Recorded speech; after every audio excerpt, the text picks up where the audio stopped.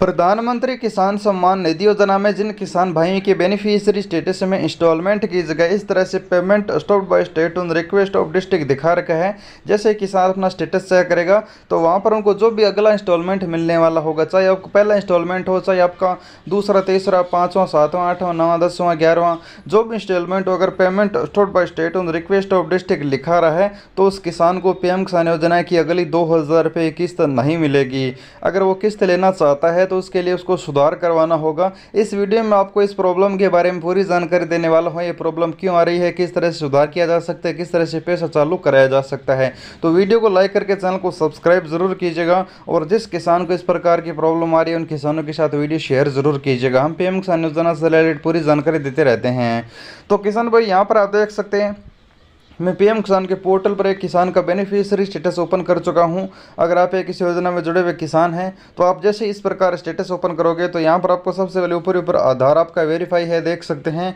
Form इसका active है, payment mode आधार है और यहां पर PFMS बैंक स्टेटस आप देख सकते हैं। Farmer record has been accepted दिखा रखा है, यानी कोई भी समस्या फॉर्म में नहीं है।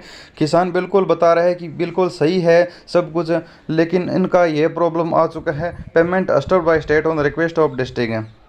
ये प्रॉब्लम क्यों आई है? हो सकता है आपको ये पहले इंस्टॉलमेंट में भी आ सकता है, या हो सकता है कि आपको पहले पैसा मिल रहा था लेकिन अब जो अगले किस्त मिलने वाली है वहाँ पर आपको इस प्रकार की प्रॉब्लम आ सकती है।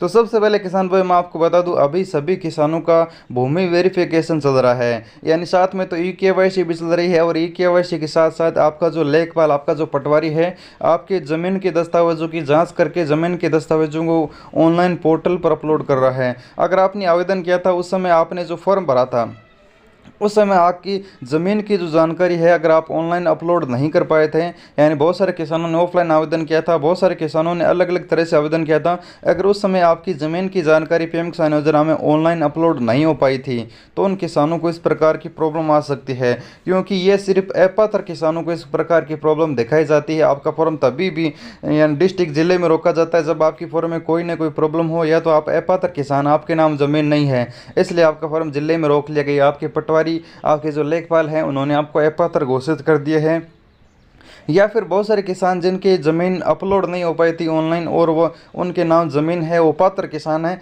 लेकिन फिर भी उनका ये प्रॉब्लम आ रहा है क्योंकि उनका जो ज़मीन का जो विवरण है, ज़मीन की जो डाटा है वो ऑनलाइन अपलोड नहीं हो पाई थी। इसलिए अब जो आपके लेखपाल है, आपके पटवारी है, उन्होंने आपको डाटा अपलोड नहीं है तो उन्होंने आपको इस लिस्ट से बाहर कर दिया है और आपको यहाँ पर पेमेंट है वो जिले में रोक लिया गया है। इसका सुधार मैं आपको बताऊं तो आप अपने पटवारी लेखपाल से मिलिए और आपके जो ज़मीन के जो दस्तावेज़ हैं उन्हें फिर से अपलोड करवाइए ऑनलाइन पोर्टल पर।